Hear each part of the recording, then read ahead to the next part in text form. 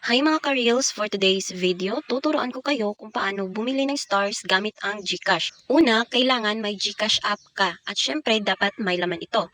Pangalawa ay kailangan na alam mo yung password ng Google account mo kasi kinakailangan ito bago ka makapasok sa GCash app mo. So ngayon, tuturuan ko kayo kung paano gawin ito. First, pumunta kayo sa profile nyo at hanapin ang Reels. Pagkatapos ay pumili kayo ng video at makikita mo dito ang star icon.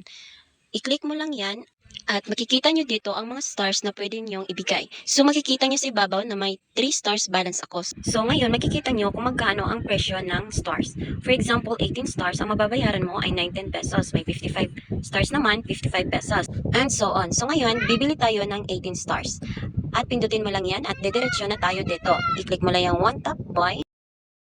At magpa-process lang yan saglit. Pagkatapos, payment successful done.